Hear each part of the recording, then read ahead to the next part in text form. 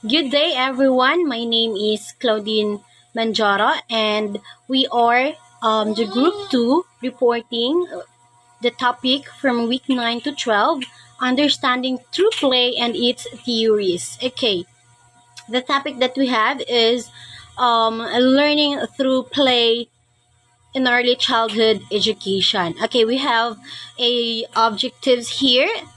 At the end of 60 minutes discussion, the students should be able to A. Discuss the understanding of play in early childhood, explain the importance of play in early childhood, and differentiate the different types of theories and plays. Now, before we start, I have here different image na I just want you guys to observe because our topic for today is all about play, learning through play. Okay, as we observe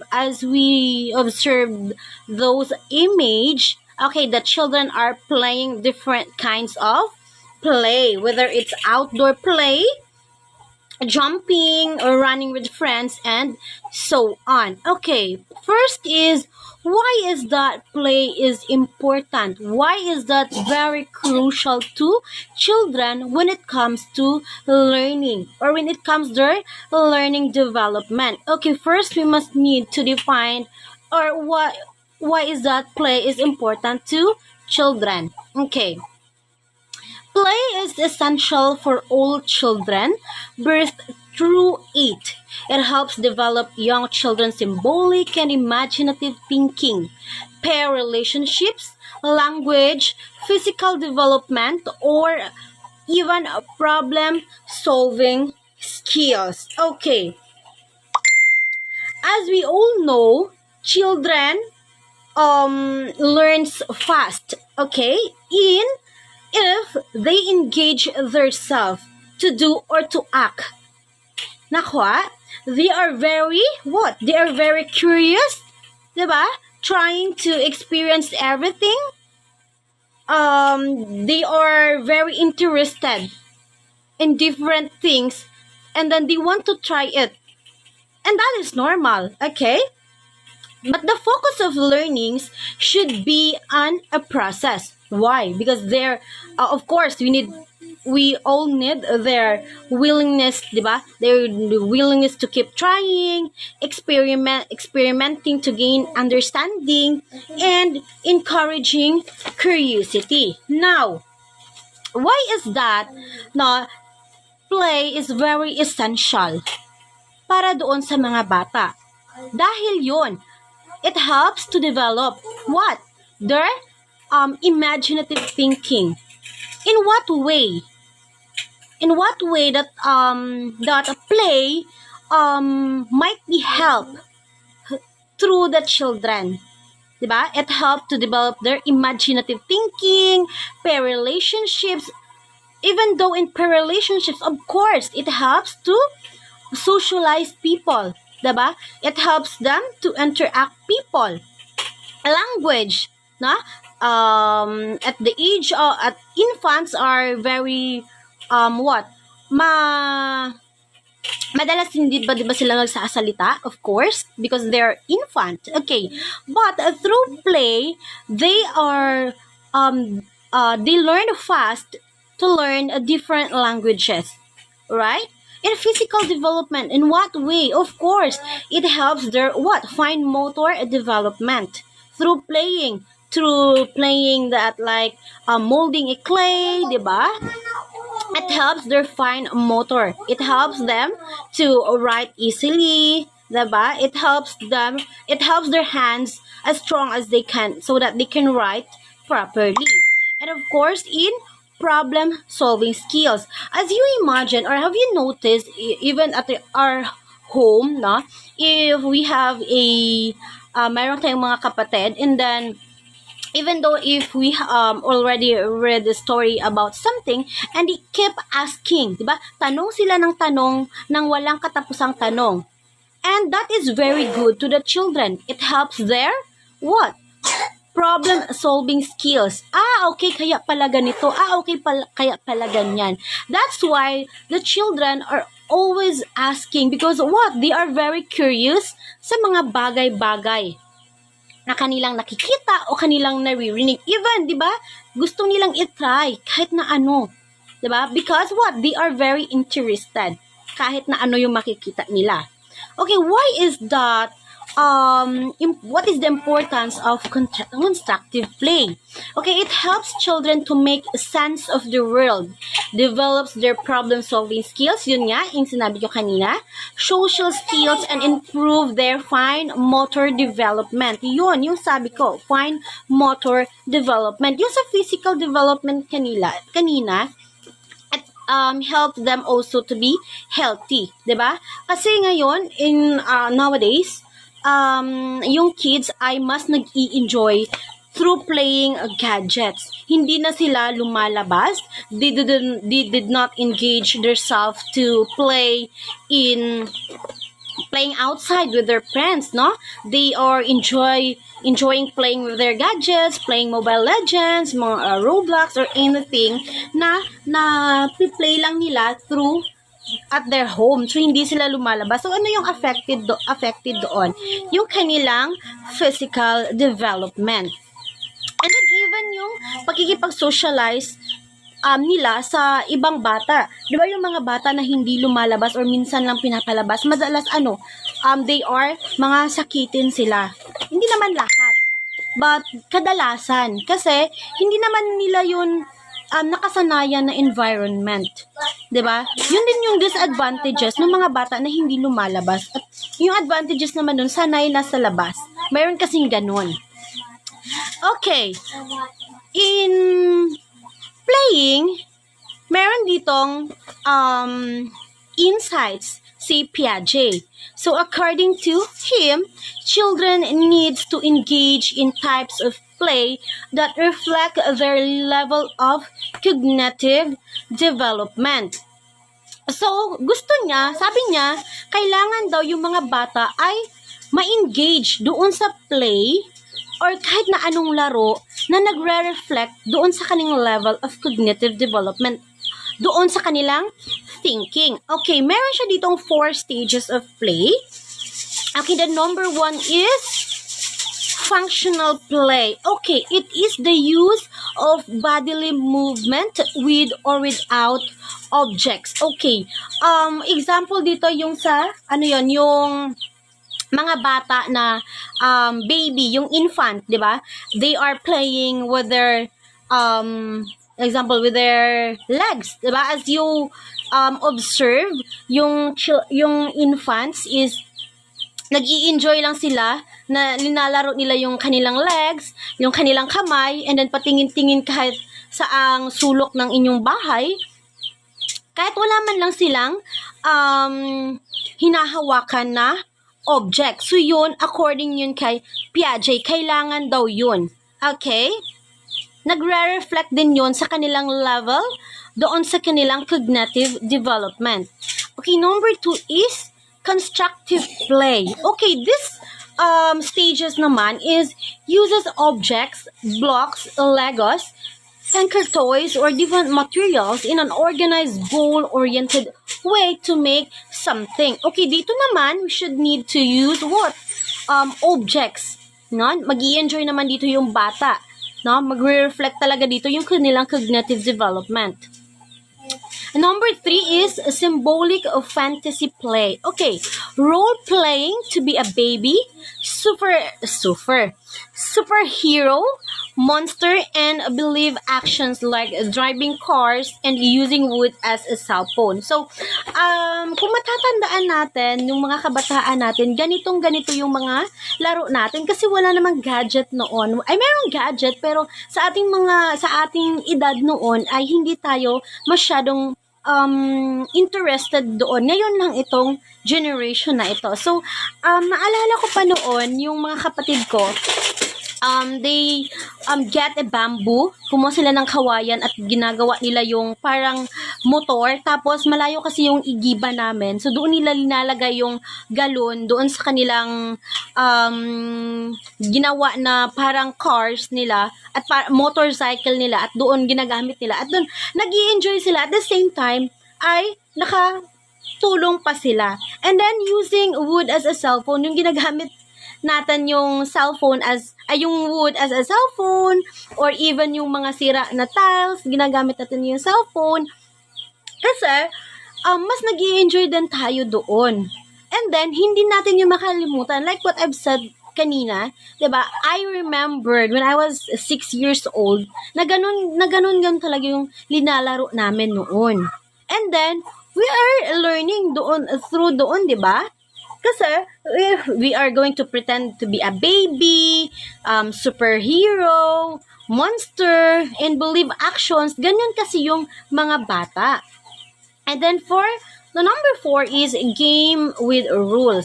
So games with peers that are controlled by pre-established rules such as tags, mother may I, chokers, and so on. Okay, sa mga laro naman na ito, ay meron talaga siyang naka-establish na rules. So like for example, yung mother may I, parang yung tago-taguan, basta yung tago-taguan, pasok siya doon kasi 'di ba?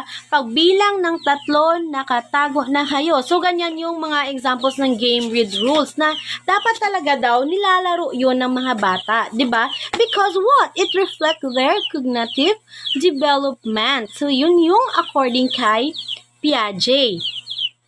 But first, we are going to proceed in social play. But what is social play? Okay, it's a type of play that provides children with important for social skills development through peer interaction. Based learning in the following ways. So number 1 is improve physical strength, cognitive skills, and social emotional development. Yun nga, it helps the children na maging strong kasi nga they are engaging themselves into physical activities, and it helps their health na that they are become stronger. Next is cognitive skills and social emotional development. It helps their mental development, and then yung pakikipag-socialize nila sa mga tao. Next, number 2 is help children engage with the world around them. Okay, ay palabas-labasin din yung mga children, ipa-engage sa mundo, sa nakapalibot sa kanya. Promote resilience and improve confidence. Facilitate problem-solving skills development. Teach children how to share and resolve conflicts. Because what? Para kapag yung mga children, lumaki na sila, they know how to manage themselves. Because why? Dahil na-practice na ito nila when they are young. Okay? Like for example, yun nga, facilitate problem-solving skills. So, dahil pinagdaanan nila yun nung bata pa sila, of course, when they become an adult, of course, mas mapadali na lang. 'Di ba?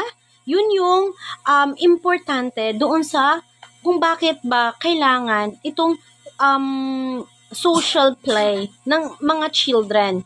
Okay?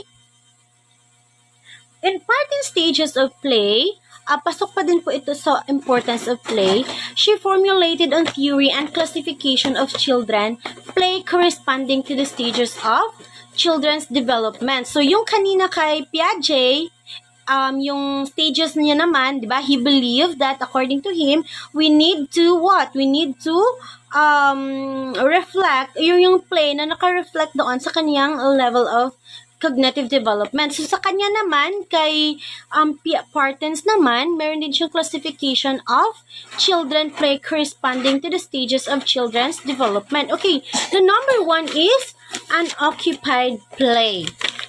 Okay, in unoccupied play, the child is not playing, just observing. So, wala lang. For example, nandun lang siya, pumunta kayo sa ibang bahay, hindi lang lalaro yung bata, nakaupo lang siya, but nag-o-observe yung bata. Patingin-tingin lang, yun siya. And the number 2 is the onlooker play. After the unoccupied play stage is the most common on children in age 2.5 of 3 years, occurs when child watches and observe with other children at play, but there is no interaction. Just watching others play, no? And then what? They are curious about the play about the play what they have been observed. And then, but they are starting to play near other children, but there is no interaction. But the most important is meron na siyang curiosity, 'di ba? They are starting to play near other children. Next, number 3 is the parallel play. Solitary play. Playing alone, as the name implies, a child spends much of their playing alone with toys that are not the toys used by other children. So what does it mean? Okay, in solitary play, the children is playing alone and not even noticing others. Okay, they are going to enjoy, he or she is going to enjoy playing even though that she is alone. Okay, that is in solitary play. Next stages is number 4, the parallel play. Okay, the children play independently, but the activity they choose or the toys they play are similar to those used by other children. Okay, in this stage, the children is paying attention to one another.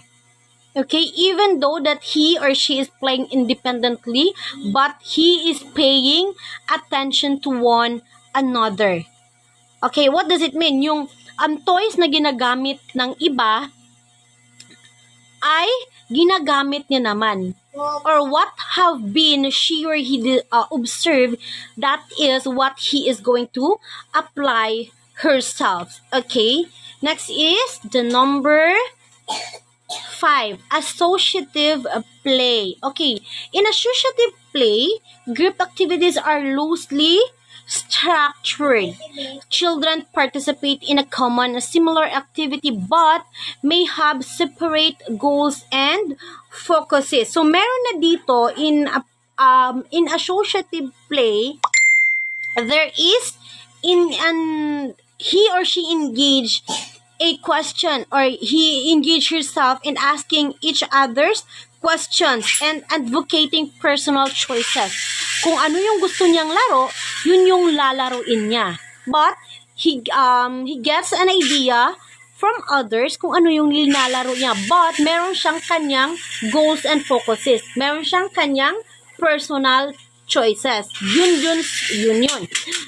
That is what associative play means. Okay? Even though it is a group activities. 'Di ba?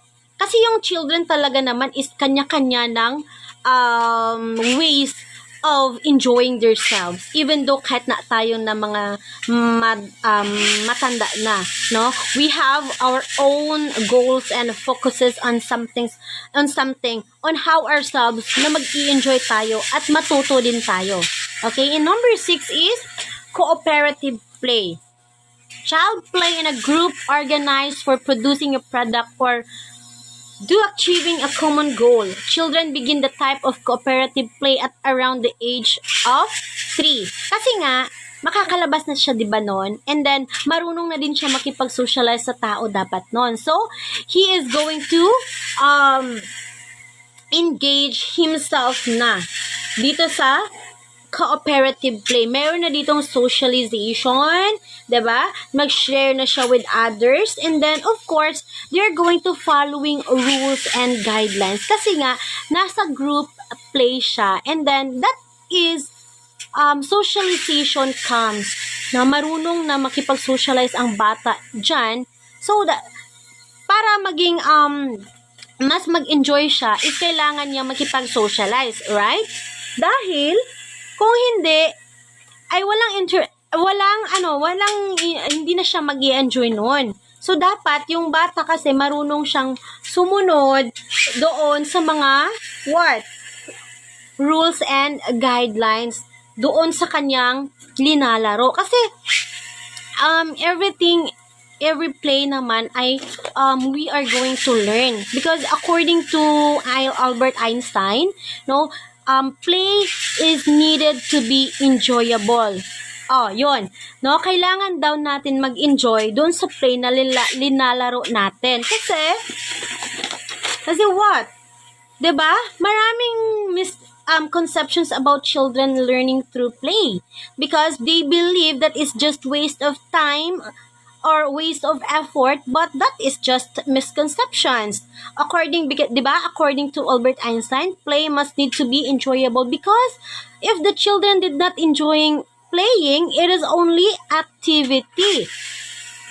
And then one of the reason why is that we need to let our kids play. It's because minsan lang tayo maging bata and life is once. And then we live life to the fullest. Kailangan natin i-let yung child natin to be a child kasi minsan lang kasi yan maging bata because play is a wonderful memories ng ating childhood. Kapag ma-miss natin yon, malungkot yung childhood natin. And when it comes to playing, ay maka-learn din tayo, 'di ba? Through problem-solving skills, yung di-discuss natin kanina kung bakit essential yung play doon sa children. Okay. And that is the end of my topic, of our discussion rather, about the importance of play in learning. And now let's proceed to what is theory of play, to be reported by Mr. Ryan Pano.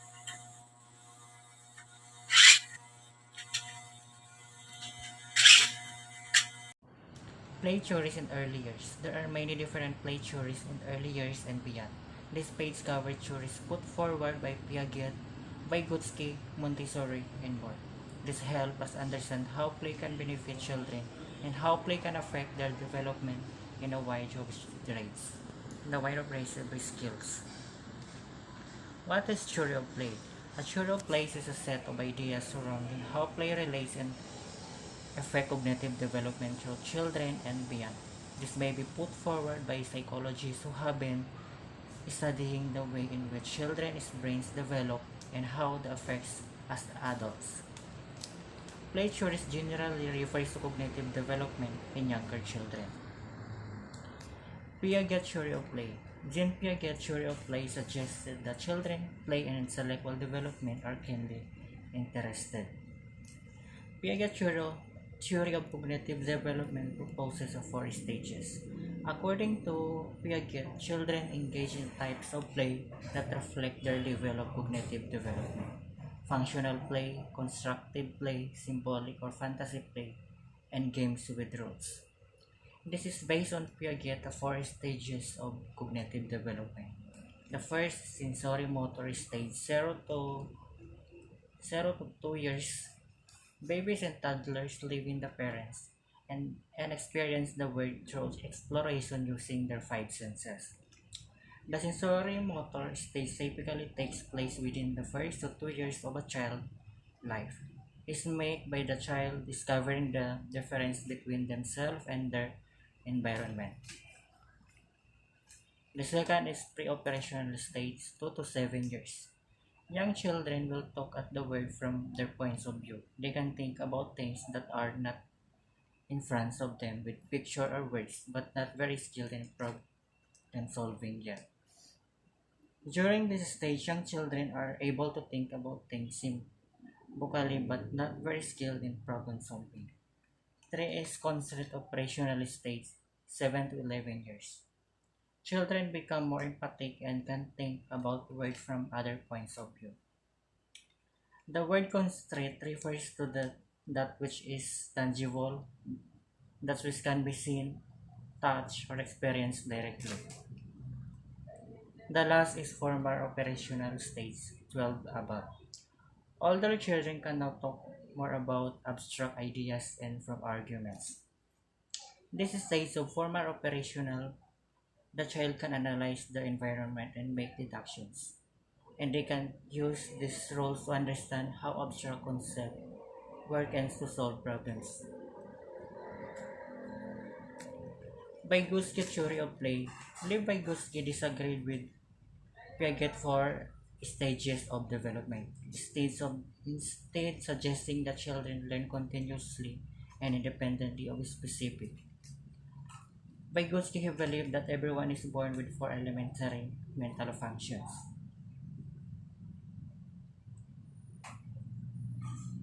In Vegas, you play role-playing in the imaginary situation are planned ahead and there are rules for participating in play.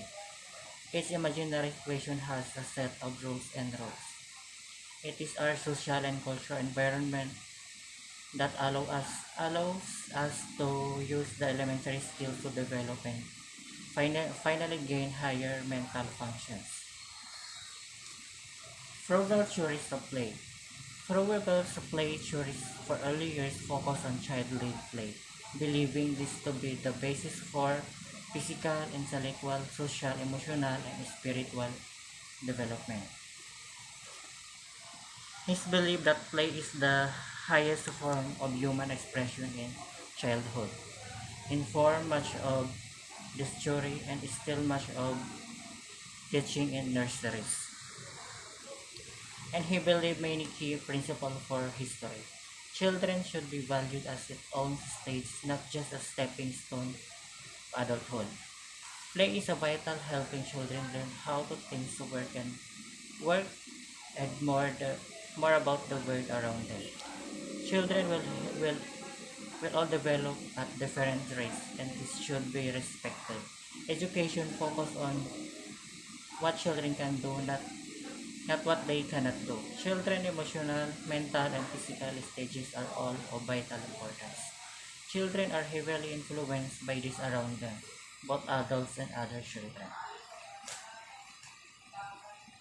Montessori's theories of play. Dr. Maria Montessori started a school in Rome for young and disadvantaged children. Dr. Maria Montessori believed that play is the work of the child. Dr. Maria Montessori play theories of early years also focus on the importance of sensory play for children. Isaac approach to play. Susan Isaac approach to play can also still be seen in many approaches today. This is because she believed play was most valuable to development when the child was free to lead it.